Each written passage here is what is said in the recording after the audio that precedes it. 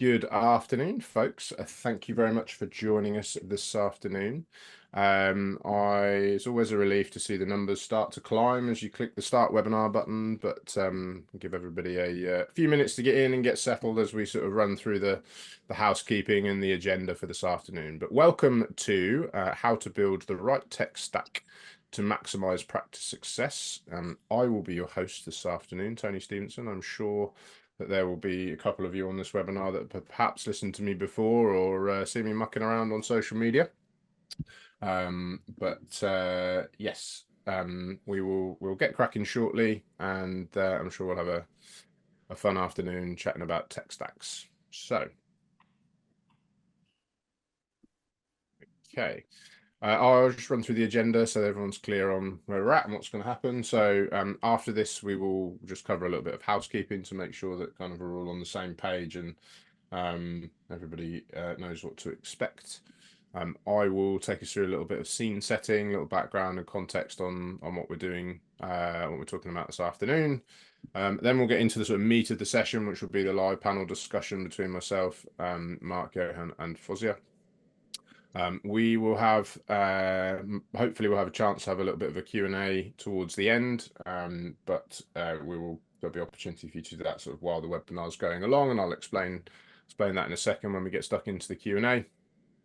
And then for those of you, so we've got a mixture of folks on today. So some of you will be free agent partners already and some of you won't. So if you would like to stick around at the end to see a sort of 10 minutes of just look and feel of free agent, kind of where it fits into the market, you know, a few of the key features and stuff, then you are more than welcome to stick around for that at the end of it. So we like to put that on the end so that those of you that have seen free agent plenty of times before don't have to sit through it, but those of you that would like to get the opportunity to. So that's our agenda for this afternoon. Just moving on to the housekeeping. So yes, today's session will be recorded.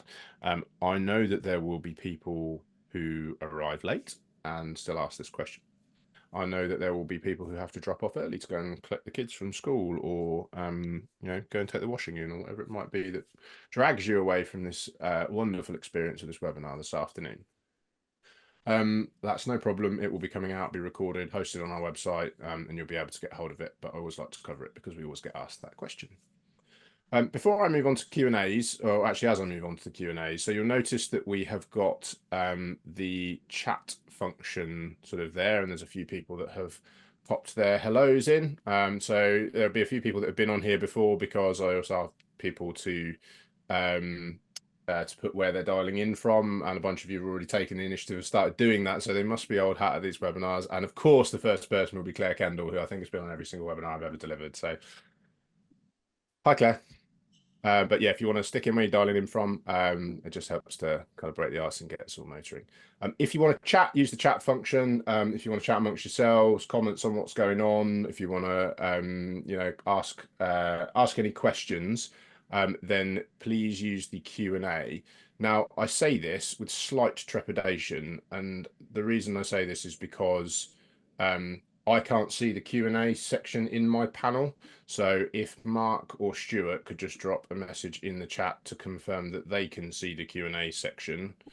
Johann's nodding, which is good. Yeah, so cool. Okay, so if you've got specific questions, please use the Q&A, because hopefully the chat will be lively and those questions will get lost if you use just the chat function. So if you want to know something specific, pop it in the Q&A section, and then we can pull it out and make sure that we are answering that. And we've got Mark and Stuart on the flight deck from FreeAgent today who will be answering those questions. So yeah, thank you, Stuart, appreciate that. So let's just see. We've got Ada, we've got Findoctree, we've got Troon, plenty from Scotland today. Sheffield, Northwest London, that's close to me. I'm Hertfordshire. Hull, Bournemouth, Chesham, that's close to me. Played rugby there a few times. Hertford, same. Close to me again. Watford, even closer. You know, no one from St Albans, Stratford. Yeah, great. Love to see lots of people dialing in from different places. So Q&As, use the Q&As. Chat, use the chat. polite and respectful policy. I hate to have to say this one because it's only ever happened once, but we do have a polite and respectful policy. So we're all here to learn. And, you know, by all means, disagree agreeably with something that we say or something that somebody says in the chat. But if we could avoid throwing digital rocks at anybody, then that would be much appreciated. You will be warned. And if you can't play nice, then we will eject you from the webinar, which seems like unnecessarily heavy-handed to have to do from an accounting technology webinar, but we have had to do it once before. It was predominantly around HMRC, but on we move. We brought in the polite and respectful policy as a result of it. Polls. So there will be 4 polls in the sessions today. A bunch of them will be an opportunity for you to say, yeah, do you know what? I really like the cut of your jib, what you're saying, folks. I'd really like to learn a bit more about FreeAgent, and you'll have the opportunity to do that through the webinar, and then somebody will be able to follow up with you later. And then we'll also have what we call an interest poll, which is a bunch of questions about what we're talking about, which will really help to sort of serve our insights into how you're approaching the stuff that we're talking about, and then it will help to shape how we, you know, kind of go about this stuff internally, because obviously we've got a really good opportunity to talk to a bunch of our partners and non-partners about what they would like to see in this space from a FreeAgent perspective. So whilst that's not the main thrust of the webinar, it is nice for us to be able to inform, you know, what we're doing on our side. So please do participate if you can. It will pop up on your screen at the appropriate time. And then we've got the FreeAgent demo. So if you'd like to stick around at the end, 10-15 minutes, look and feel of FreeAgent. This is how banking works. Here's a few of the reports. This is how the AI works in FreeAgent, that type of stuff. And then if you would like to go further on that journey, then you can just, you know, give us a nod and we'll be able to sort all that out for you seamlessly. Cool. So that is the agenda, and that's the housekeeping. I've actually got through that quite quickly because I do like the sound of my own voice, as anyone who's listened to me before will know. Another question that we get commonly, so all the content that we produce pretty much, certainly from a video perspective, is all CPD accredited. So all of our webinars are CPD accredited. It's a point for an hour, and today will be on for an hour. So you will get a link that will be served up to you through the follow-up email, which will allow you to go and claim your certificate. There's no cost to it or anything like that. You just click through, say, yeah, I've watched it. And then it will give you the certificate. So I'm sure we will get a couple of questions on CPD points and that kind of thing, but it is 1 point for today.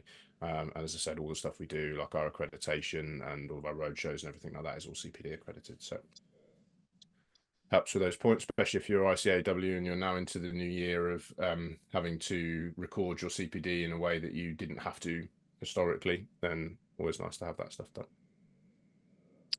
So some intros. So I will, in the interest of me having the mic currently, I will introduce myself first. So my name is Tony Stevenson. I am the Senior Digital Enablement Manager here at FreeAgent. I have been at FreeAgent for 6 years now, which is crazy, really. I get involved in a whole bunch of different stuff: integrations, thought leadership, presenting, stages, you know, webinars, this kind of stuff, ensuring that we have a as much of a practice focus as we possibly can within FreeAgent, having spent the first half of my career working in practice. So I was ACA, and then I'm now a fellow of the Institute of Chartered Accountants for England and Wales. Trained with the Big Four, a couple of years in industry, 3 years in practice in a smaller practice, and then moved over, worked for Xero for a couple of years, took a year out to go traveling, and I've been at FreeAgent now for 6 years, which is crazy. So I've seen it all from varying different sides, varying different angles. I'm not unique, but I like to think that I can bring an experience set which helps to bring this stuff to life. So that is myself, and I'm going to ask our panelists if they could just do a brief intro on themselves, and we're going to start with Johann. Yeah, good afternoon. My name's Johann. I am the co-founder of Client Engager, practice management software within the UK for accountants and bookkeepers. We're supporting about 872 firms as we speak that are paying, with another 142 on trial. But my background's a bit more, I'm not just another software guy coming to tell you that it's a tech stack you need. I've got my own accounting firm. I've actually got a group of accounting firms and bookkeeping firms. So we run 4 different firms. And I do a load of speaking and videos and LinkedIn posts, etc. as well. So, and you have a podcast as well, don't you? I've also got my podcast. We do 8:30 every Monday morning. We do Ask the Accountant, myself and Aaron Patrick. So yeah, wearing many a hat, but here today from a client engager point of view of tech stack.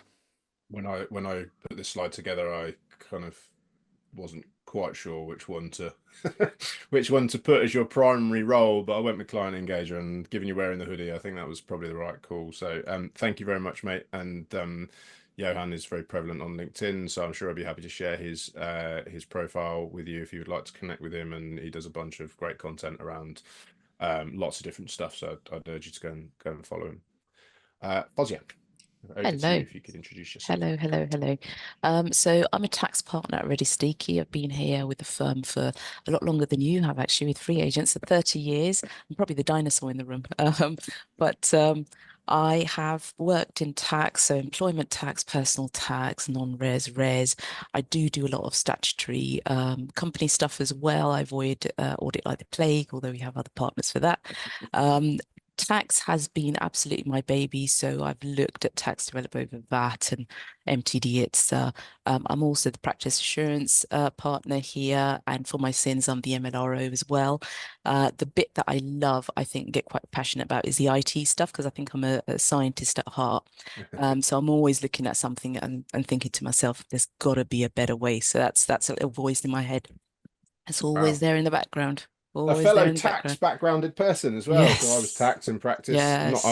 Don't claim to be have been the best tax advisor. I was not great at remembering to remind people to pay their corporation tax, which was naughty. Didn't go down brilliantly when I forgot. So, or the system let us down. But thank you very much, Fozia. Much appreciated. And Mark, over to you. Good afternoon. Yes, I'm Mark Willis. I'm the sole director of Willis Accountancy Services.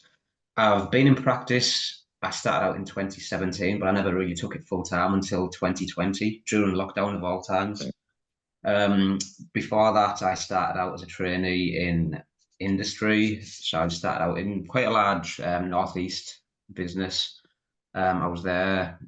I've jumped around. I've done a lot of management accounting, and then with the business that I've got now, the Willis Accountancy, it's predominantly limited companies right down to your sole traders, so micro entity downwards. And I'm really looking forward to embracing the digital aspect. Cool. Excellent. Thank you very much, panelists. Much appreciated. So I'm going to take the microphone back for just a few minutes just to talk about sort of why we're interested in this stuff and, you know, what we're going to talk about today. So before I do that, it would be remiss of me not to mention that today, obviously, we're coming to you from FreeAgent Towers. So FreeAgent, what's FreeAgent? So we're award-winning accounting software. So we focus very much on the sort of small and sort of micro into small space. So sort of 0 to 10, maybe 0 to 20 employees is FreeAgent's real sweet spot. And you know, we're very unapologetic about that being our section of the market.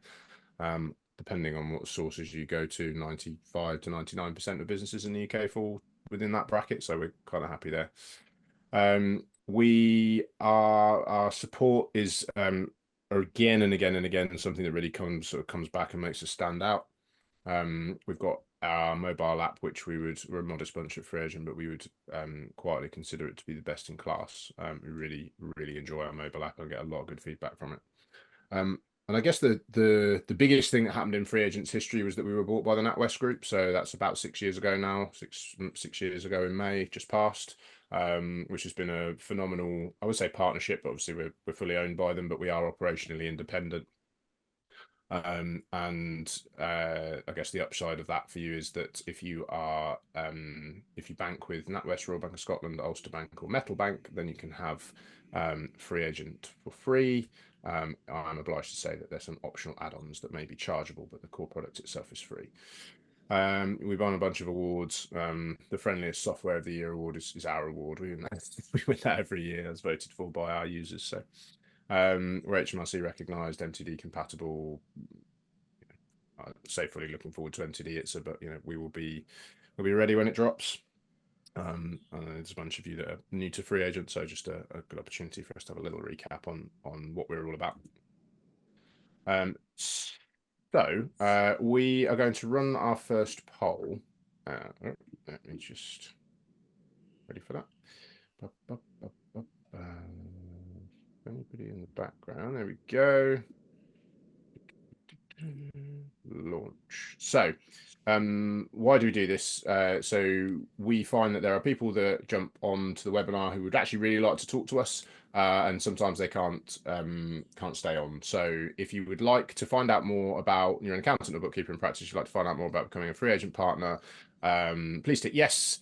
There will be no offense if you say no, but we'd really like you to tick yes, because we're a friendly bunch and we'd really like to give you the opportunity to kind of get stuck into it a bit more. So if you tick yes, then somebody will contact you after the webinar to have a chat about your needs and free agent. So we'll just give that a minute to run while I start talking in the background, and then I'll see it out in the space of a minute or two because the numbers are still moving. So setting the scene, why is a tech stack important? So I think before we even get into why tech stack's important, we need to what is a tech stack, right? So it's this sort of term that we bandy around quite a bit, and you will hear it mentioned a lot within the software world. Kind of what actually is it, right? So essentially, put simply, it's just your chosen suite of applications that you use to run your business. And it will look different for every practice, right? Because every practice is different. You'll have different needs for your software requirements and how those bits of kit link together, the different features that you need. But I have quietly had a few people sort of nudge me and whisper off the record, you know, I mean, you all talk about a tech stack, but I actually don't know what one is. So it was a useful opportunity for us to just highlight, you know, what actually is it. It's just all the different applications that you use in order to run your business. I'll give a few more seconds on the poll and then I'll close the poll out because it's stopped moving. So if you do want to stick it, still a couple more in there. I'll leave it up for a minute or two. Cool. Okay. We'll bring that to a close now. There we go. So why is it important, right? So, you know, we operate in an ever increasingly digital world, right? I broadcast to you from my office pod in my garden. I do that through Zoom and through my MacBook. And, you know, lockdown, you mentioned it earlier, Mark, you know, that separated us even further, and actually having good bits of technology in order to maintain human connection and be able to get our jobs done is, you know, it's always been important, becoming ever more important. You know, and the days of being able to sort of operate your businesses on bits of paper exclusively, and they're not over, but you know, it's just harder to do, right? So the idea is that there's a bunch of good technology, and hopefully that technology speaks to each other, and that we are able to be more efficient. We're able to get more done with less resource, and you know, we're able to get the robots to help us in moving our businesses forward. Using the technology that's available to us. It potentially opens up new markets, it potentially opens up new revenue streams, it potentially takes horrible tasks and makes them, you know, more doable, more efficient, and allows people to spend time doing things that they're better at than simply just sort of processing data or collecting data or interpreting that data.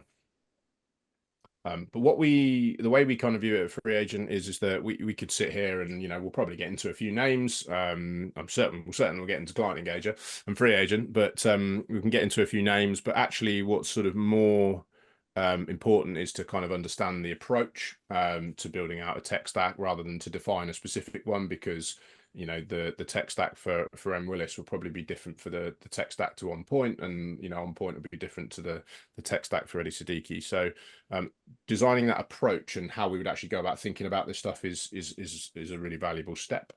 I will give you kind of how we like to think about it. FreeAgent was this sort of layers approach, and there's varying different sort of models of this. Some people have a kind of like almost like a galaxy system of circles around an inner circle.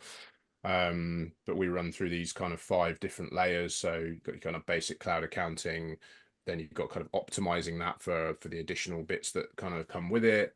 Then you've got practice tools, then you've got clients and practice tools that you interact with your client over, and then you've got this idea of, you know, niche tools, which is, you know, maybe I look after vets and they've got this particular bit of software, and should I go and learn that piece of software? Should I support it because it makes my business offering better, and that kind of thing. So this is kind of how we think about it. It's not, you know, it's an economic model. You might, you know, sometimes you'll end up accidentally starting in layer 4 and sort of coming back to layer 1, but you know, it's to sort of move through these different layers. And that's kind of how we sort of, you know, think about it in an ideal world from a FreeAgent perspective. But what is also interesting as well is that we're just going to run this next poll as well, just to get your thoughts on it as an audience. There are 3 questions in here, which just gives us an opportunity to just give an understanding of how people are approaching this, and how perhaps we can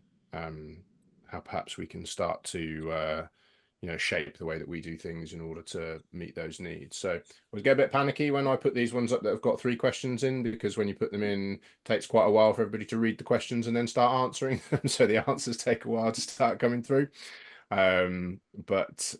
Yes, you're more than welcome to do that. So the first one is about how many sort of bits of kit you use. The second one is, are you using any AI? And the third one is like, which ones would you like to see us integrate with? And that will genuinely shape how we are, how we're doing things. So yeah, if the last question's got an other, and if you want to sling anything else you would like that's not in that list into the chat box, we'll be more than welcome. We've got a record of the chat box afterwards. And very interesting apron miles out in front there, which is sort of confirms a suspicion that I had. Nice CCH, Cresco. Payments is hot topic at the moment, yeah. Fee for my work papers, fee for Silverfin. Apron miles out in front. Very interesting. Very interesting. Thank you very much, folks. I'll leave that running, and then we'll get into it. So panel discussion. So this is a good bit, right? This is the bit where we all get to have a nice chat about this stuff. I've loaded in 5 questions that we're going to sort of talk around. As always, the gold is in the off-piste stuff, the things that spark from the conversation. And I will do my best now to shut up and let the learned panel give you their thoughts. So first question we're going to consider was, what did you consider when you first thought about choosing your practice tech stack? Where did you start with this? So Fozia, I'm going to start with you. Right. When I joined the practice, this was back in the 90s. So tech stack was not even a word. I don't even know if the internet was around. So it wasn't an informed decision. It was very much legacy products. Sage was around, I think probably the only one around those days. So everybody had Sage. We had the desktop version. We had a dedicated audit program, and that was it. We had a partner who is quite IT savvy, so he'd actually used Access, and I don't know if that product is around anymore, but that was to do our sort of our billing from and our client database. It got to the point, and then we had a few, I think PTP it was, back in the day for personal tax. So we had lots of disjointed software, and I think the issues then started creeping up. Well, somebody didn't actually update the client database with the new address, etc. So after things started falling through the gap, what we decided was then actually to have a sit down and think about having a bit more of an integrated suite. So that was that, and I've probably seen A3 analysis pads used, printing calculators. So I've kind of seen the whole transition up to a dedicated server. So there was never a sit down moment with any of this. I think the biggest product that we bought, and this was in 2006, March, because I remember training, I actually had a slip disc in the middle of that, which is very painful. So it was a practice management system that we purchased, and that was CCH's one. And that's when we actually thought, right, let's actually think about this. Do we want one suite of product, an integrated one, or do we just carry on buying bits and pieces? So we started that move from 2006 onwards to actually consolidate everything. Okay, that makes sense. So so actually, you'd sort of started by having a few bits of kit and then realizing that actually there was a problem or something was a little bit broken in there and it wasn't working quite as smoothly. Absolutely. And then there was a tipping point where you sort of identified a centralized piece of technology in the sort of CCH practice management suite, which then brought all that into a conversation. Would you, if you look back on it now, would that be how you would actually? No, we'll pause that question because that comes under a later question. So Johann, I'm going to go to yourself next. Your thoughts on sort of how you get cracking with this stuff and what mistakes you made, those kind of things. I don't think I've ever made any mistakes. Learning points, don't get me wrong. Opportunities for growth, yeah. Multiple evolutions. Anyone that thinks they've picked a tech stack now and they're using the same tech stack in 5 years' time, you've done it wrong. Your tech stack should always be evolving because technology and software is always evolving. So I don't think there's no such thing as doing it wrong. You may look back and go, oh, in hindsight, I'd have probably done this or that, or in hindsight, I wish I hadn't signed up with that software because they just sold out and then it stopped developing, or whatever it is. But I started my firm in 2017. So I always look at that as ideal timing. I was lucky to go into the accounting industry at a time when software was a big thing and we had choice, and we didn't, I didn't go through the classic college, university training to be an accountant. I was a certified bookkeeper based on experience in the job role in my old job. So I wasn't subject to years of training on Sage and other desktop softwares and then having to force myself to go cloud. I knew what I wanted when I went and set up my business. I wanted to be able to basically, and the rule still applies, of I want to do what I want, when I want, how I want. That's my rule to running my business. Now, do I do that now? Well, yes. When I started out, I didn't need a lot of money. I just needed a small income, and it was just me and living on my own. I was quite happy. I now need to earn more money because I've now got a wife, a dog, a house to pay, and so on. So I still do what I want, how I want, and when I want. But I do. Your wife says so. yeah. There's another person telling me what I want, when I want, and how I want. Okay, got it. But yeah, so basically the software had to allow that. So from day one for me, it had to be cloud. Desktop was just not an option. The only desktop solution I went with straight away was a payroll solution, which within a year was replaced because it didn't allow me to do what I wanted, when I wanted, how I wanted. It was like a slightly slower area of the market to respond to the cloud piece, payroll, I think, wasn't it? It feels like it's getting there now. Like Buddy HR, obviously, making a big splash at the moment, and Stuffology, and I know BrightPay had a dalliance with cloud, and I'm sure that will come back around again. So it does feel like it's kind of catching up a bit. It's getting there now, yeah. So I just wanted to make sure it was going to work wherever I was at the time, on whatever device I wanted to use.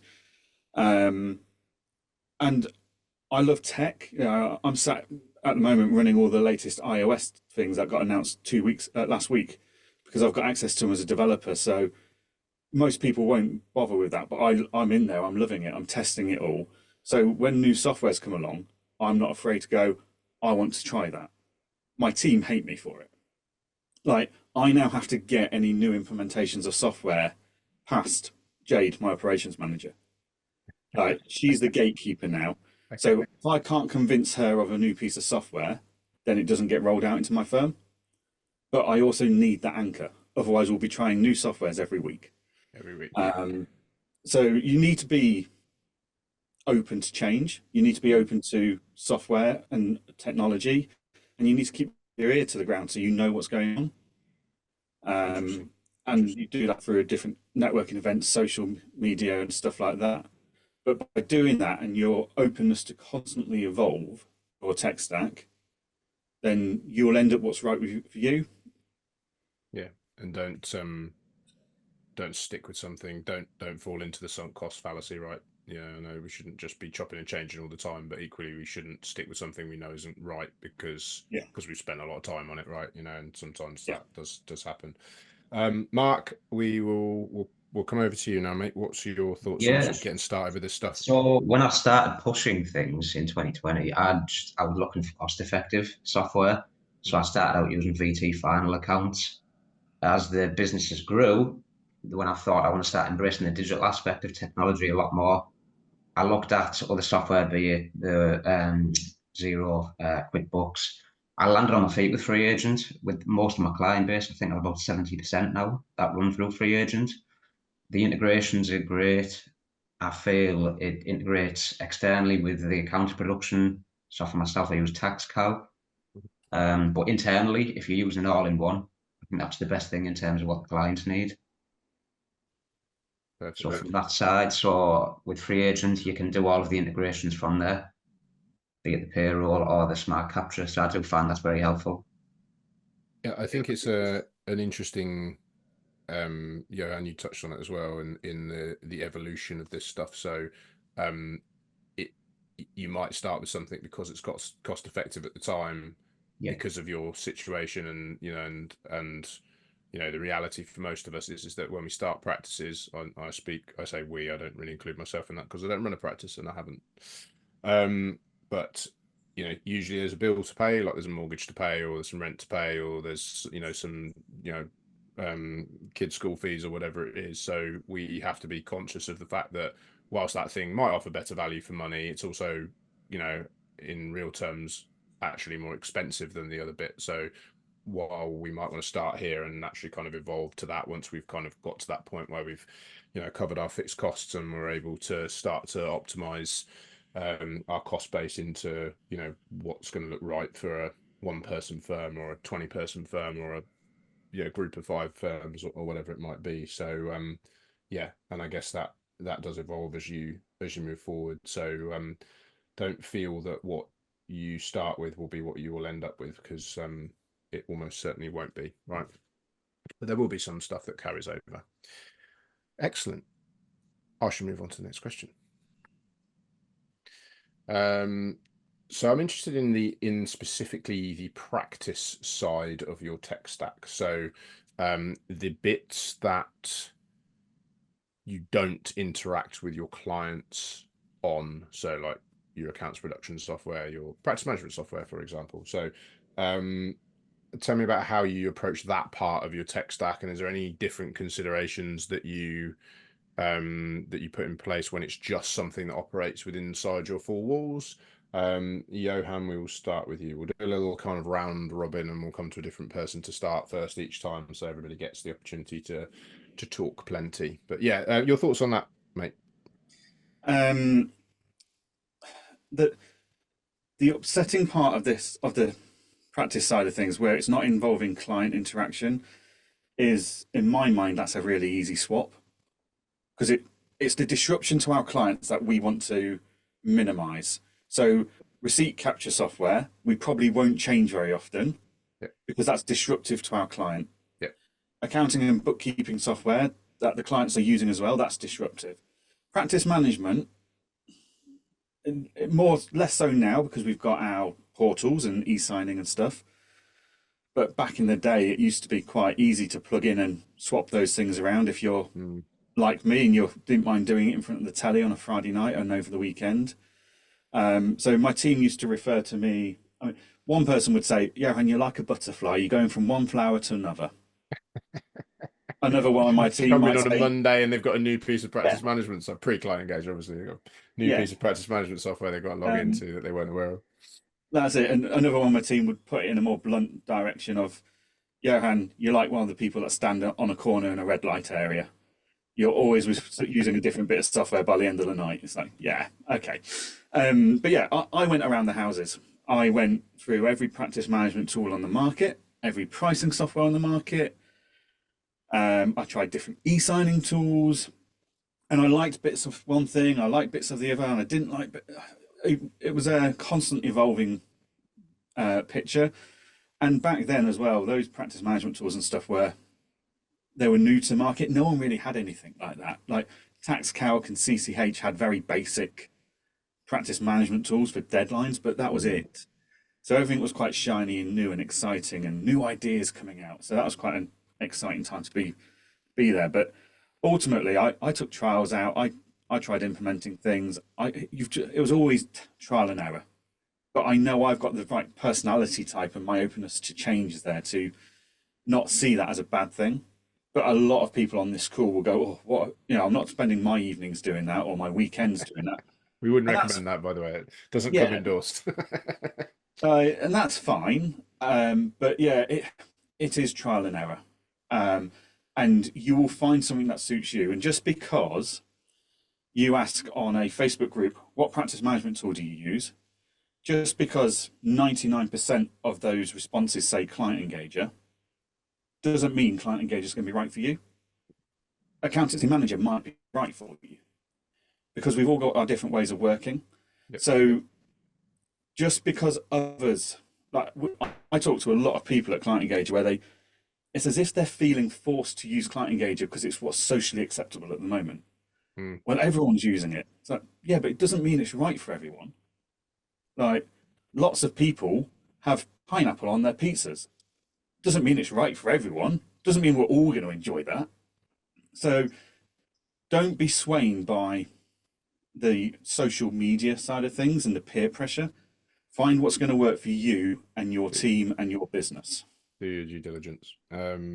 I like that. Mark, your thoughts on this? So the stuff you use internally versus the stuff that you interact with. Yeah, likewise with Johann, it's trial and error. So I've used the VT, I've used Tax Filer. When I started using FreeAgent, I was still using Tax Filer, but I thought it wasn't really for me in terms of the accounts production and the submission side to companies' house and HMRC. So I'd done a trial of Tax Calc, and lo and behold, it integrates with FreeAgent.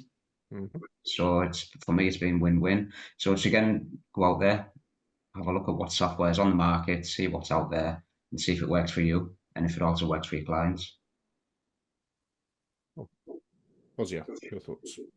I'm going to kind of half agree and half disagree with Johann, and that pineapple, I do like it with my cottage cheese. Right. On that note, I think it depends also on the size of the firm. So I think I'm Johann at heart. I'd like to go off and do stuff, but I'm restricted by size of the team, and we kind of 15, 16 people that you've got to think about. You've got to also think about, actually, let's look at the weakest link and think how this is going to fit in. And then actually go and talk to the team, because what you think is a great idea in your head actually isn't, because they've just spotted something. So that is important.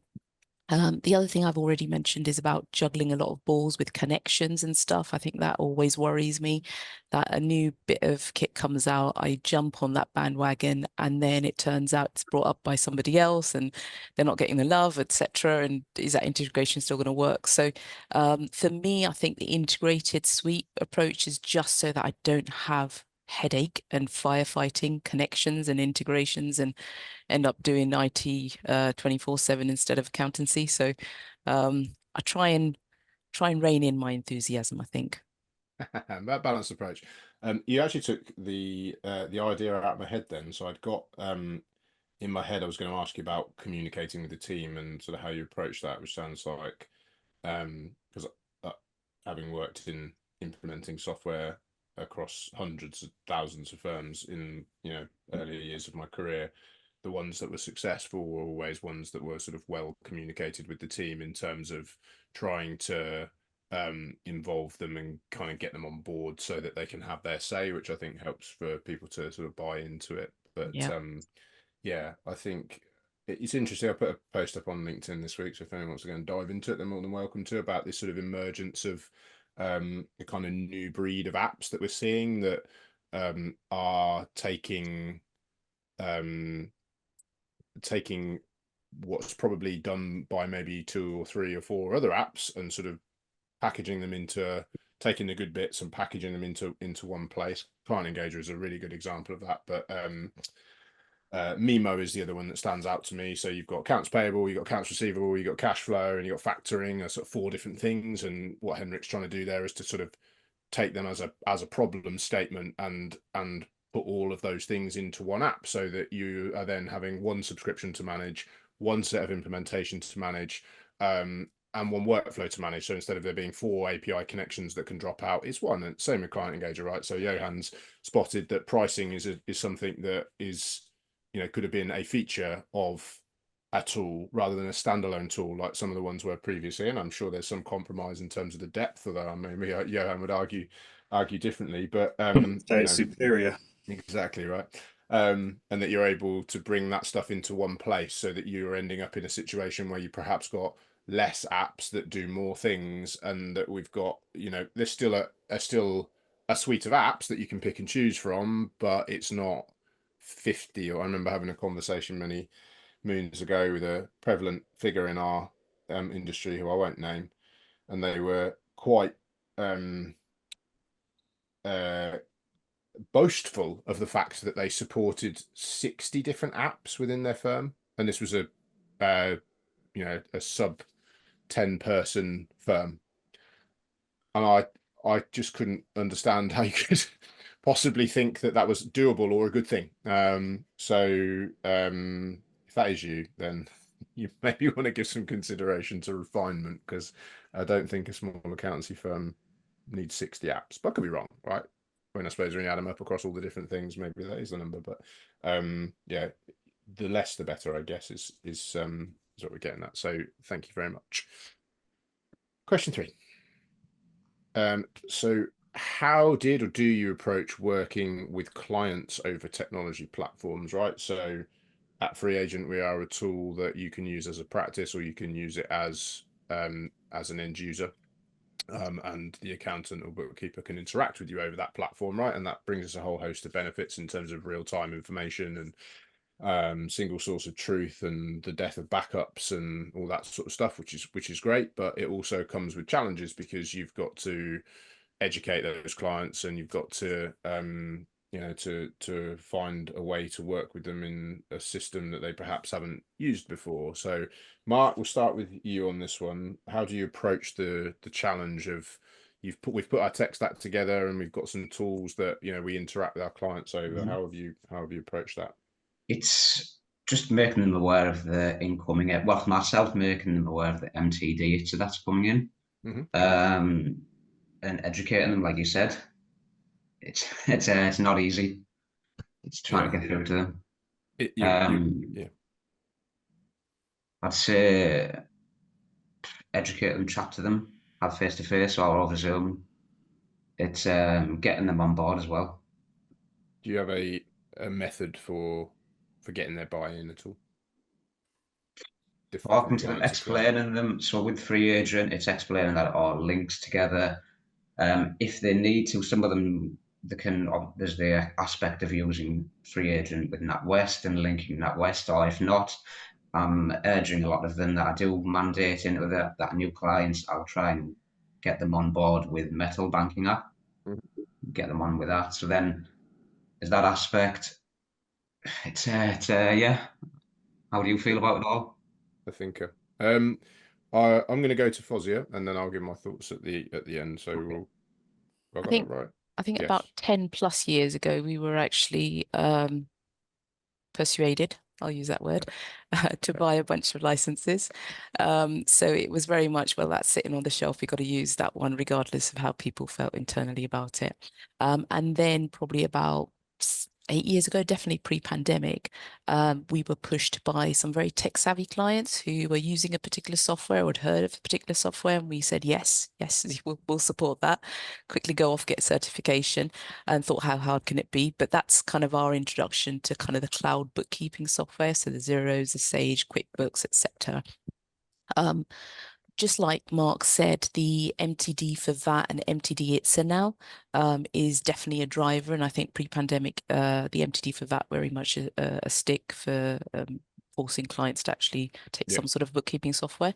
ITSA now is the bigger driver, I think, because there's a bigger bunch of clients that need to do that. But now we've moved to, because we've got comfortable in ourselves, we're dealing with about 4 different software packages, and we don't sort of force our clients down a particular one. So we try and fit the client to the package as opposed to the other way around. Even if we have our internal preferences and the team are all split on that, so the jury's still out on which one's the best one. But now it very much is a conversation with the client walking in is to do digital first. So a client walks in and that conversation will be actually, what's your business? And straight away we'll start talking about tech. In the olden days, it wasn't like that. So we weren't doing any of that. And we're not only talking about tech, we're talking about where are you banking? And also now the team are getting quite comfortable in talking outside of the actual client bookkeeping thing. Like, what else are you doing? Or did you know you've got a Microsoft license? Are you using any of those standard apps within the Microsoft suite? Because they might be using Outlook and Excel and Word, and that's about it. But are they using PowerPoint? Are they using very specifically Teams? So there's a lot of stuff that opened up our eyes, I think, to what Microsoft we have apps already within our license that we're not using post-pandemic. So obviously Teams came into the fore, Stream for training videos, etc. So there's a lot of stuff that we have in the cupboard essentially, which we don't know about or didn't know about, and now we're actually talking to clients about it as well. Like, oh, did you know? Almost like a casual conversation as opposed to a very much sit down, let's talk about tech today. That's an interesting evolution, I think, because you know, when I first started out training people on how to use this cloud stuff back when I was at Xero, the common sort of behavior was we'd go out, we'd sort of talk to the firm, show them how to use it and all that kind of stuff. And once you sort of started to dig into it, you'd understand that the staff in the firm, often it blocked them from recommending things because no one likes to put themselves into a situation where they go use this piece of software, and then it's like the Simpsons, isn't it? It's like, as long as you have absolutely no follow-up questions whatsoever, please use this piece of software. And if you aren't able to answer those questions, then you automatically, no one likes to put themselves in the positions of, I don't know and I should. So once you've kind of got to that point of confidence, which it sounds like your team have, and then they're automatically like proactively searching for other solutions for other problems that are, you know, sort of slightly removed from the core bookkeeping challenge, then I think, you know, you are onto a winner from a staff perspective, and that then will proliferate into data capture tools. And, you know, have you used ChatGPT for this or built your own GPTs or whatever it might be. Johann, I realise that the time is flying as we're having fun, so I'm going to come over to you next on this one, and then we'll see if we can get the last two questions in the last 14 minutes that we've got. I think we should be good. No problem. So we take a much more tougher stance on this with our clients, and I always use the analogy of we're like a doctor. So when you go to a surgeon, there's a consultation where there's a discussion about your lifestyle, your diet, etc. But ultimately, it is that consultant's job to carry out the surgery or the recommendation. And as the patient, we listen and we do what they say. And our clients need to realize we are the experts in the accounting technology sector. Like, they tell us how they're working and what they're doing with their business, and we can tell them the best tech to put together to make that more efficient for them or more insightful for them. So yes, we have a consultative approach of, you know, oh, well, my friend uses X, and it's like, well, that's okay, but it's quite expensive. We suggest Y, because for your particular circumstances, you don't need all these posh features. You just need this, and this is the price point here. So we demonstrate our expertise in a consultative way, and that gives us authority to then say, this is our prescription for you. So yeah, so, and again, it comes from confidence, but going back to what you said there, Tony, of you know, feeling like you're going to get caught out by a question, I always turn around and say, look, if I ever get stumped on a question, I always say, or I get a question where it's like, I'm not really sure, I just turn around and say, look, you've seen how fast AI is moving. Accounting software is just the same. I've not seen that use case before. Let me go and find out for you, and I'll come back to you. And the client, no client has ever turned around and said, oh, well, we're not going to use you guys because you don't know the answer. What's important is I know where to go and get that answer. I know how to research that answer. And you've got the core contextual understanding of like what the bit of kit does, and, you know, and how well it's worked for the other 50 clients that you've implemented. If they turn around and said, oh, does FreeAgent raise invoices? And I went, oh, I'm not sure. Then yes, every right to walk away from me. I'm not knowledgeable enough in this area. Yeah. But if they turn around and said, oh, will it link to this particular bit of software? It's like, I've not heard of that one, but I will find out for you. That was really interesting. I think three quite, I'll say quite different approaches, a lot of similarities, but different approaches to the question. Probably a nice way of putting it. I thought that was really interesting. So we are going to move on to the next question, which is, what are the common mistakes that you see firms making when choosing which technology to use in the firm? So Fozia, I think we're back to you. Great. So I think the rush in to buy everything that's going initially without actually finding out, one, what your pain point is, also your appetite, the team's appetite for change. So like we've mentioned buy-in before, but also how big of a problem is it? So if you've got one solution that's going to do 90% of it, one solution's got 10% of it, it's a bit of a no-brainer, even if you personally like the 10% solution. So doing a lot of research beforehand, talking to the team and seeing exactly what percentage and what pain points are going to actually be solved with that tech, as opposed to this is the latest fad. I like that. I'll give my thoughts at the end, but yeah, do carry on, sorry. I know you've sort of asked around anything we'd wished we'd done differently. I think for me, FreeAgent, I wish because I'm a new beginner, I think, with FreeAgent. I wish I knew about it earlier, just because I am in tax, and like I said, it's now a digital first approach, but I wish it was a digital first approach a lot earlier, because FreeAgent has answered, if I can call it that, it's the Peter Pan of the cloud bookkeeping software, just because it refuses to grow up. And by that I mean it knows this little niche. It's the little guy they're looking after, and they do give it a lot of TLC, things like timelines that you've mentioned, and just reminders and things. So they do that very well. And that's my only regret, that I didn't actually jump on FreeAgent a little bit earlier, because it's been a magic bullet for certain clients who we would have left, to be honest, on Excel sheets, client paperwork, until, MTD, it said hit.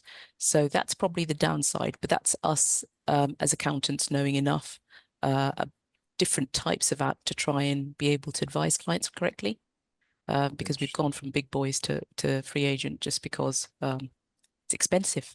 Pricing, I know we've mentioned pricing. Yeah.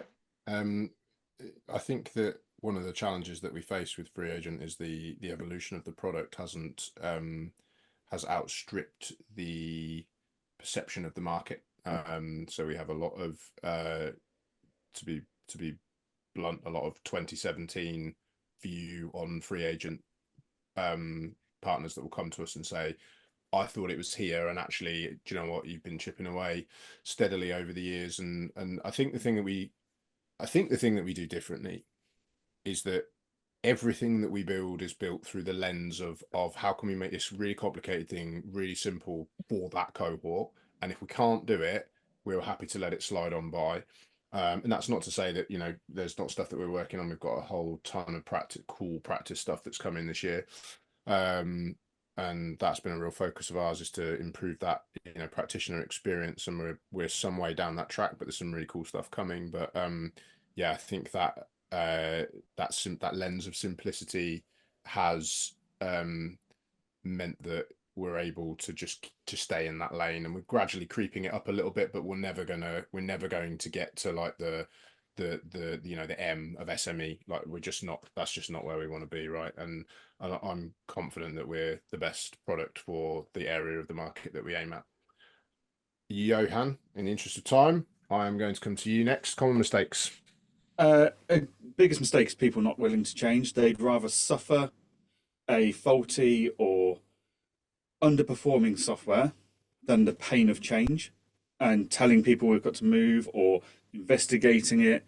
Like, I would much rather spend 1 hour for 3 evenings in a row researching a new tool and then a weekend implementing it, for the amount of time and effort it will save me for the next year.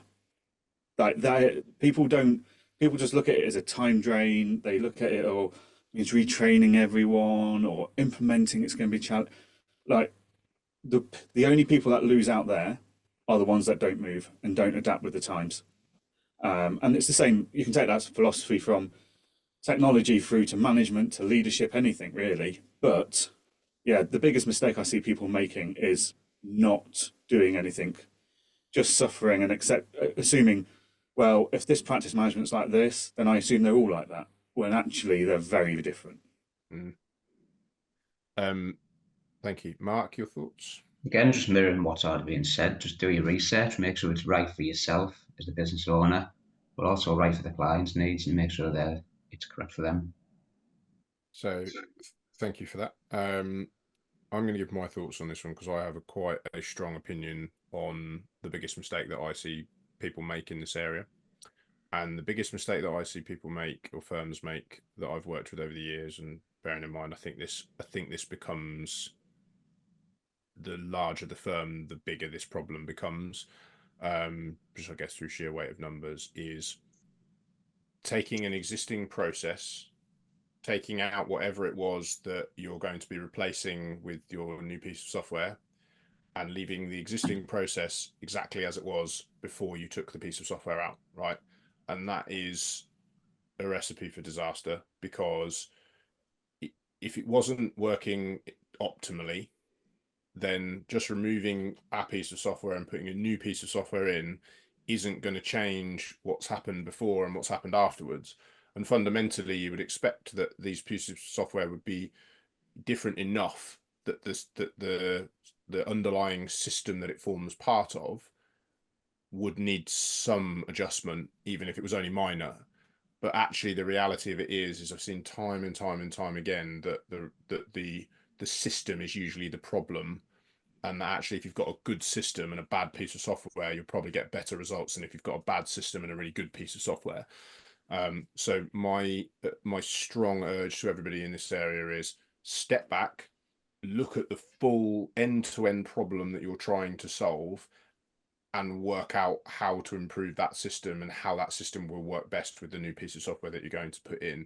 Because I've seen it so many times, especially with like the core ledger product, where you'd rip out desktop or Excel and just chuck cloud in and use it the same way that you were using desktop, but fundamentally they're different bits of kit, and it will improve things, but it won't optimize. And that's kind of where you want to get to, right? Is optimum. It's that time you sit down and go, it just works so well now, and you're like, I'm so excited about this system, and like I want to tell everybody about it because I've nailed it, which you probably haven't. But the point is that would be my best piece of advice to anyone, is it's like, what is the actual full end-to-end like system solution? And if you want to get into this, the E-Myth's a brilliant book on this kind of subject, really, which is one of my favorites. Excellent. So as we get close to time, I'm just going to ask for just the final, one or two sentence thoughts on how you keep up to date with the changing landscapes of accounting technology. Johann, you touched on it earlier, but just give us your top 3 sources for keeping up to date with this stuff. So Accountex, great way to do it, but keeping in touch with my account managers at my softwares.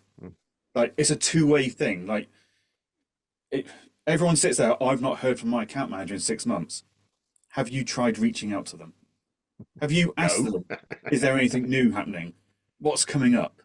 Yeah. Like, it's a two-way relationship. So you have to put some effort in your side. And that's how I know what's happening with all the different softwares, because I have close working relationships with everyone that I work with, whether it's through LinkedIn messages, WhatsApp, phone calls, emails. Drew taking you to the races. Tony taking me to the races and destroying me.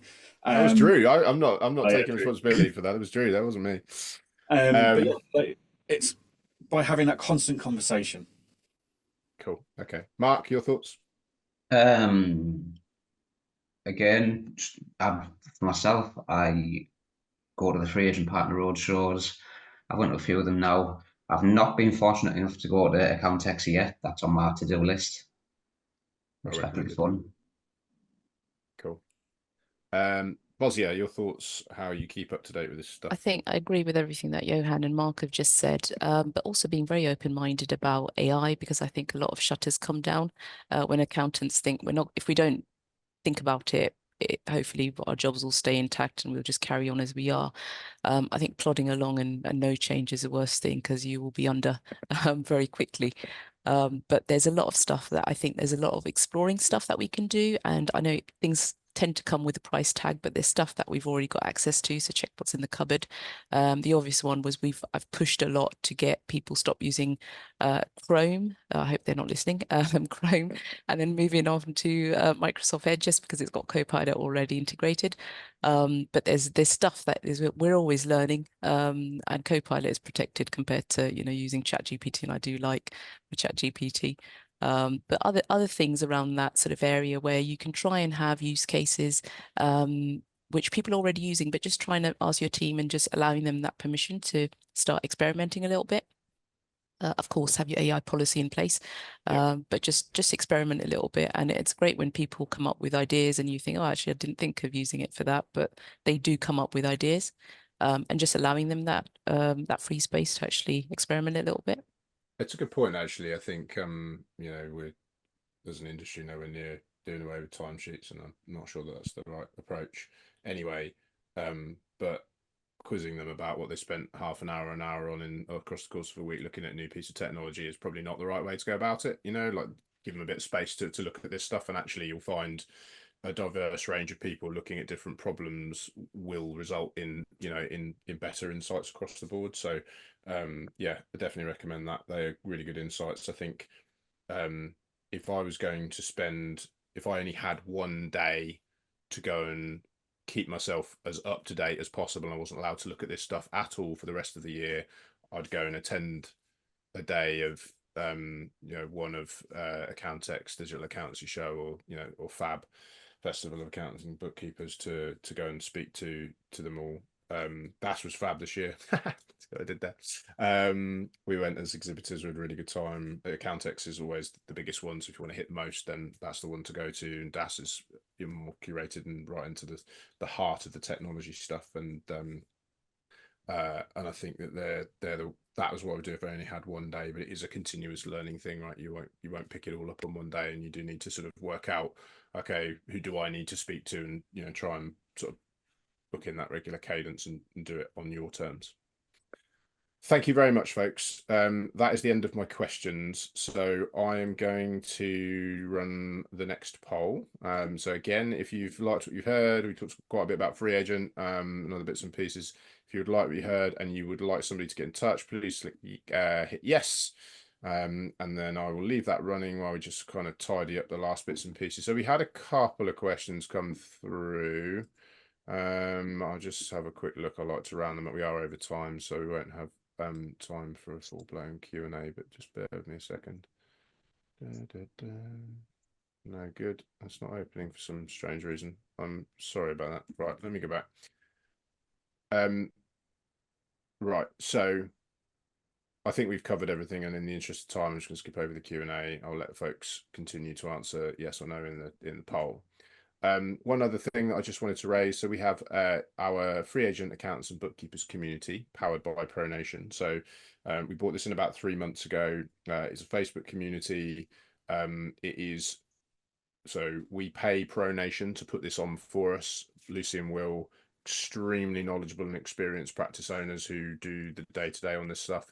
There's a Facebook group and a monthly call where we go into all sorts of different topics on practice, you know, running your own practice. So hiring, pricing, marketing, winning new clients, dealing with conflict, like whatever you want. And it is available for our FreeAgent bronze partners and above. So if you would like to join, it's completely free and always will be. Scan the QR code. I say it's bronze partners and above, so that's 10 clients and above. I'll just leave that up there for a second while that poll runs for a little bit more longer, but I think we're probably at capacity for the poll.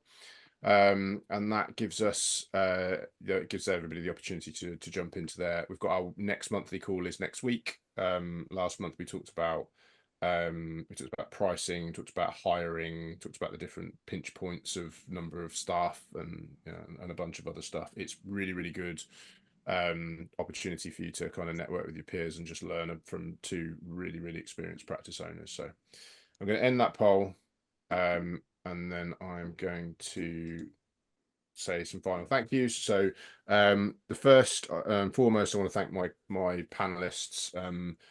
Good humoured, insightful. I like the fact that we had quite different approaches from the different corners. I'm sure that there'll be plenty of people on the call who've taken plenty away from the conversation. I certainly have. So a big thank you to them. If you want to stick your thank yous in the chat box, then do go ahead, because I thought it was a really interesting conversation.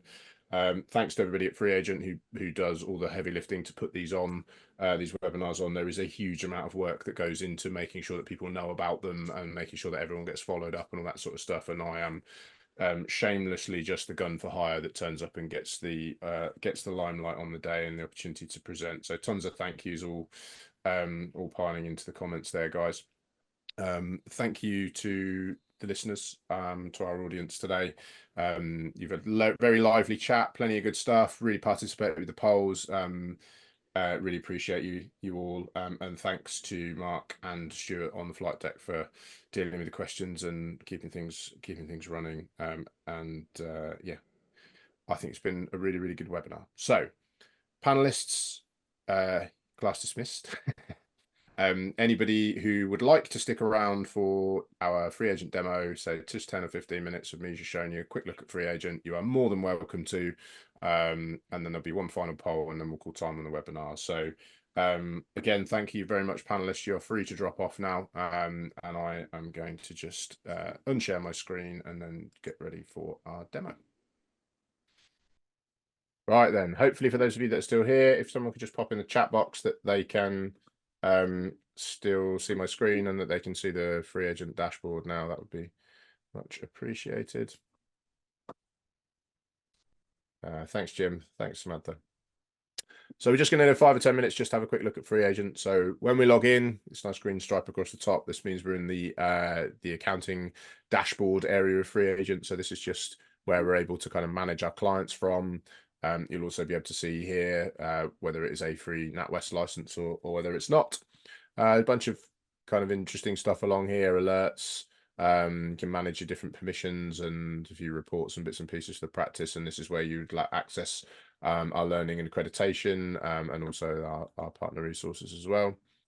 I'm going to jump straight into a FreeAgent license and just give you a quick look and feel. So this is the overview screen. I'm often referred to as the dashboard, but it is the overview screen. These nice little widgets that we've got here that show, kind of banking, our P&L, and what's been going on in the business from a profit perspective for the current year, and then also for the prior years, the brought forward. That's that number there, that carried forward. That is the how much money have I got to spend on a Range Rover number. And then obviously we've got sort of keeps track of our invoices, our estimates, all that kind of stuff. And then we've got the tax timeline, which is a FreeAgent feature that people generally really like. It's had a bunch of updates to it recently, which allows you to to jump into these different tax events and to mark them as paid if they're or filed if they've already been filed, and you can filter them down and stuff now. So that's really useful. So what we're going to do is we are going to jump into the banking section first, and we just have a quick look around banking and explain how some of this works. So we've got various different bank accounts here that we can interact with. And what I'm going to do is I'm going to wind back. So you'll notice this is our bank feeds connection screen. I'm just going to pull up here. You'll notice here there's all these different banks that we connect with under the open banking platform. Very worth mentioning that we built our own open banking platform. So this platform connects open banking bank feed to FreeAgent, and it does it via something that we built. Not common among our peers who've used third parties to do this stuff. But you'll notice we've got Metro Bank and American Express, which were the two recent ones that we added to the list. You also notice we've got Starling, Revolut, Monzo, who are built under a different platform, not open banking. But yeah, we're the first to market with an open banking Metro Bank feed. I'm sure a couple of you might go, oh, I've seen one in other providers. It's not an open banking feed. I've seen it paraded as an open banking feed incorrectly. But we are the first. We helped Metro Bank in order to get that stuff built. So quite proud of that. Various different sort of transactional types we've got in here. So we've got the green transactions, which is something that FreeAgent has had explained already. You can see here we've got a bill payment, and we've matched that bill payment up with the appropriate bill. So it's now not showing as owing, and and that amount has been explained to the various nominal codes. We've got some red ones in here, which is FreeAgent doesn't know what that is yet. So you'll notice here it's had a stab, but I haven't said yes, that's correct. So it's it's still sitting there as red. We have purple ones. Purple ones are manually added. Now, anybody that's used cloud accounting before and had a client that's used cloud accounting has probably had clients add transactions manually. So this just allows you to kind of filter them out. But worth a mention as well. So we sort of touched on it, but didn't go into huge amounts of detail around artificial intelligence. But FreeAgent has a tool built into it called Guess. And you'll notice there we've got Guess rules, which allows you to sort of program Guess to some extent. Guess is a phenomenal tool, and it kind of does two things. So the first thing that it does is it looks at how you have categorized things in FreeAgent over time. And it says, right, okay, so if you put, you know, ZZs to accommodation and meals, and you did that again, you did that again, you did that again, it goes, right, that is what that's what Jim does with you know, with that transaction. So I'm going to start doing that for him, and then over time you can change it if you want to, retrain the algorithm in order to push it to a different place. What it also does as well is it looks at, so when you first load up to FreeAgent, it'll look at the transactions that are there, and it looks at how other FreeAgent users have treated those transactions in the past. And what that means is that on day one, 65% of your transactions on average will be coded automatically for you by FreeAgent. Now over time, that number drops down to steadies out at about 60% over time. And that's with a 93% accuracy. So FreeAgent is really, really geared up to help with the heavy lifting. It really works well. We're really proud of the accuracy rate, and that artificial intelligence has been programmed into FreeAgent since 2020. We're a modest bunch at FreeAgent, but we have been quietly leading the charge in that space for some time. You know, we're helping to shape the learned individuals in FreeAgent, helping to shape the bank's strategy and direction towards artificial intelligence as well. So it's really exciting. We'll continue to use it, you know, tactfully and tastefully in FreeAgent, and it's just embedded in there. It just works, you know, and that's the best kind of artificial intelligence, is stuff that just works, right? So that will help with that. You'll see them all come through as orange and sat for approval, and you'll be able to say, yes, I'm happy with those, or no, I'd like to change them if in the 7% of cases they're not in the right place. I'm just going to jump through into the files section as well now. So we had excuse me. We've had a tool within FreeAgent now. It got rebranded about September, October time last year, called Smart Capture. And Smart Capture will allow you to, you'll be able to see here, it pulls through, you take a photo on the mobile app, and then it pulls out the amount and it pulls out the date. And then what it allows you to do is convert it to an expense. If it can see a transaction within the bank that matches up that amount 2 days either side of it and matches up to the correct amount, then it will automatically pull that transaction in and attach the receipt onto that transaction within the bank as well. And it automatically categorizes it based on you know, data that's pulling out of the receipt as well, where it can. Really, really neat, really useful for your clients.